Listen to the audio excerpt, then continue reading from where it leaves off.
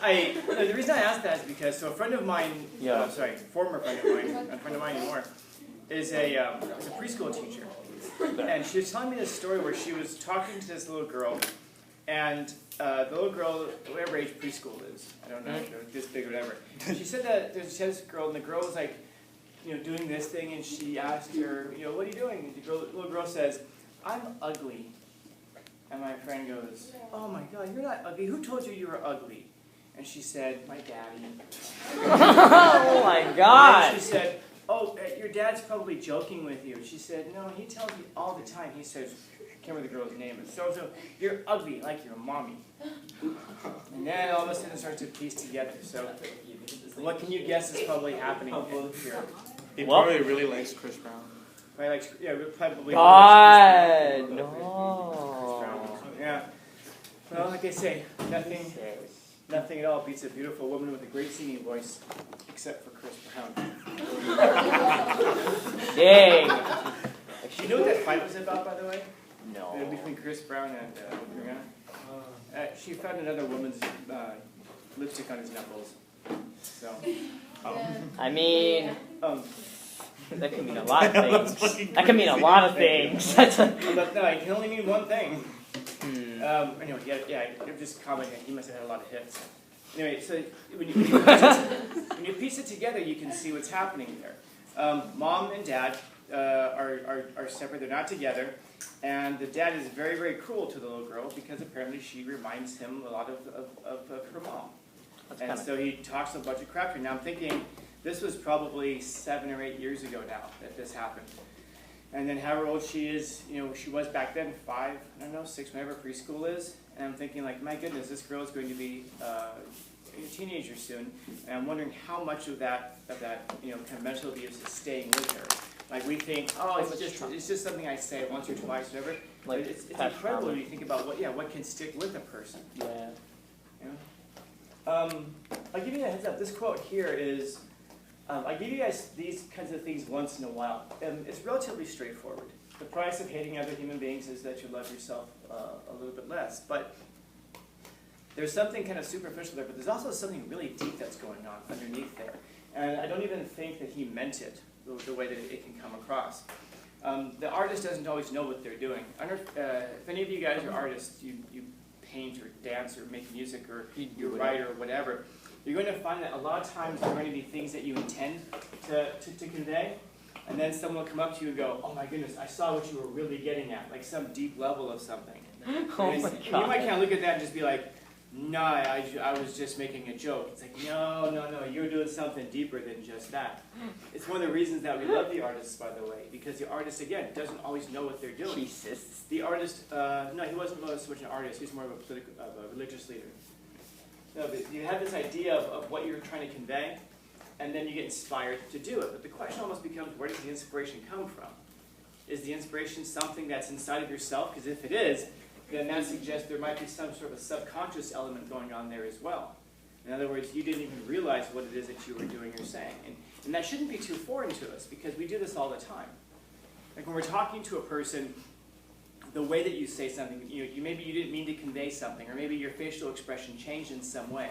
You didn't mean to let on that you were upset, or you didn't mean to say something the way you said. So, you guys know what a Freudian slip is?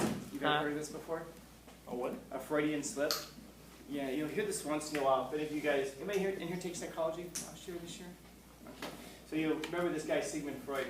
No, yeah. And Freud believed that there was a lot going on in the unconscious. I'll just leave it at that. Anyway, this thing comes from his name, Freudian slip, and that's when you say something, but you end up misspeaking, and you're saying the thing that you really meant to say. If that makes sense. So, like for example, you stutter. I'm trying to give an example. Like for example, if you walked in here and you said, I said, hey, I said, hi, how are you? And you go, I'm hot. Hi. You just said, I'm hot. Well, maybe you really are. And you didn't mean to say that, but that's what you said. Or you meant to say, oh, hi, but you said something else. Sometimes you'll hear people who will misspeak in this way. They're going to say the thing that they really do mean. But it's unconscious. You don't mean to do it. It just slips out. Sometimes that's what happens here with the artist. The artist is saying something, that they never really intended to say consciously. But there's something deeper that's going on from what they said. And this hopefully make a bit more when we look at Carl Jung in the second semester. Carl Jung was a student of Sigmund Freud. Anyway, the price of hating other human beings is that you end up loving yourself less. Now, have you guys seen those bumper stickers? I'm sure you have. Like, it says like Biden 2024 and like Trump 2024, and then you'll see things that say like, asteroid, giant asteroid 2024. Oh yeah. Yeah. In other words, what's the bumper sticker hoping for? I'm not sure. An asteroid to hit the Earth and wipe us all out. Oh my. Yeah, because you hear people who will have this kind of misanthropic. Misanthropic means to be like to be hateful towards humanity.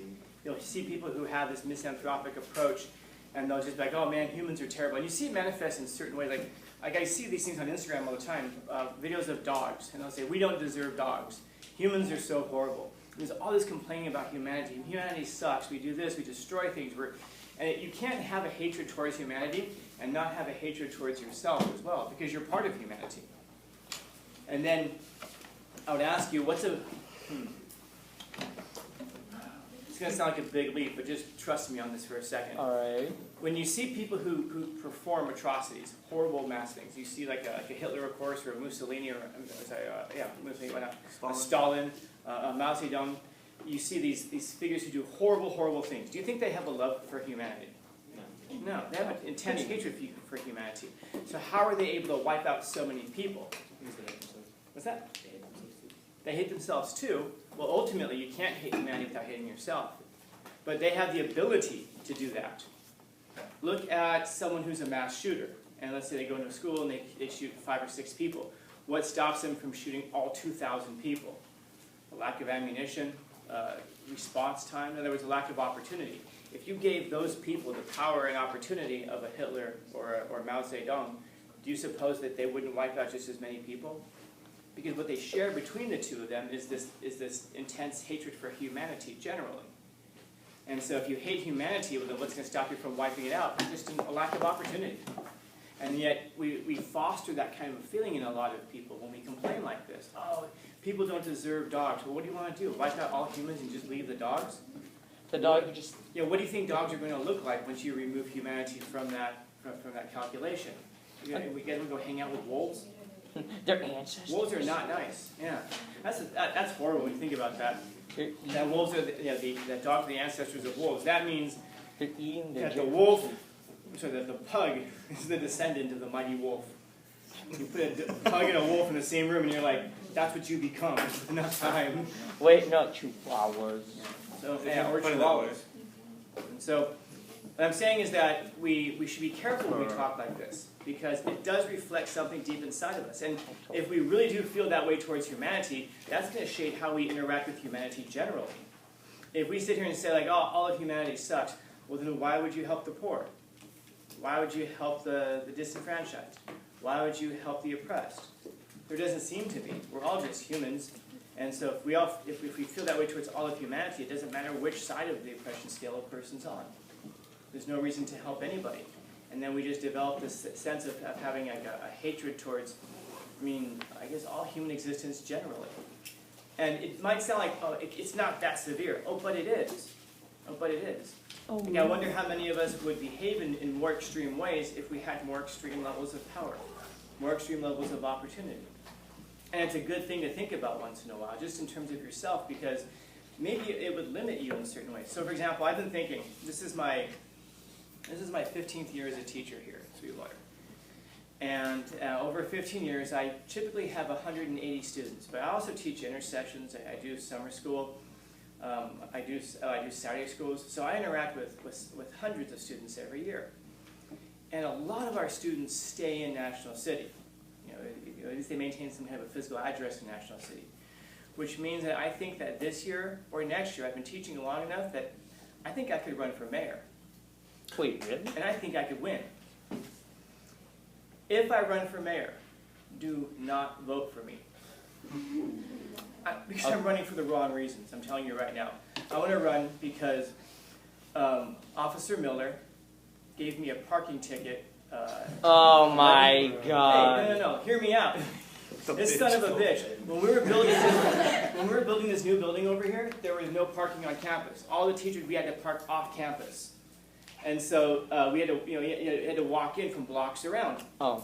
And so I parked one time, and dude, it was like a 2-hour zone, but dude, I was there for like 2.5 hours. Come on. And the guy, and the cops knew that the teachers were doing this. So he goes around and he gives me a ticket. So I'm gonna fire that asshole. First chance I get.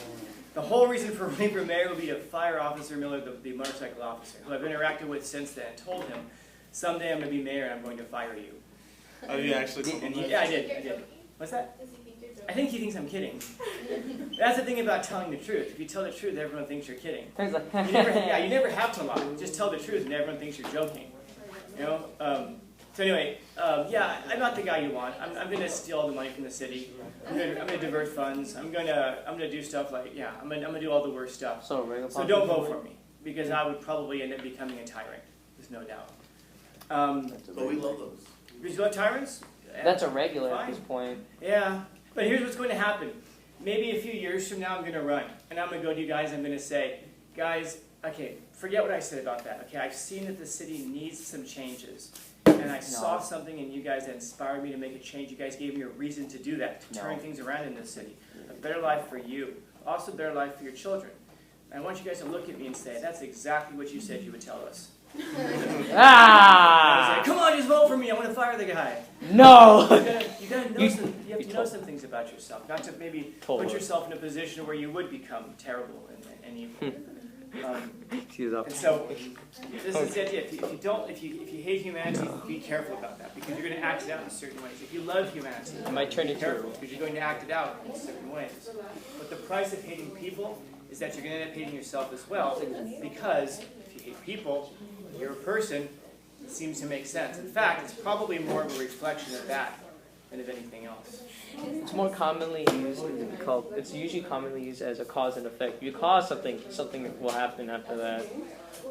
Like it's like a chain reaction no matter what. How do you mean it in this case? Well, Context. That's a good one. I have to think one off the spot at this point. I got nothing. I hear you. Story of my life. Yeah. So anyway, my point is that sometimes I'll give you guys these, like the last one that we did from Hoffer was challenging. It's challenging. And so sometimes I'll follow it up with something that seems a bit easier. But everything I give you, if it seems easy, that's fine. You can write at that level. But there's always something else deeper that's going on there, in case you need some more to write about. So, anyway. Questions, comments, concerns, complaints, criticisms, critiques?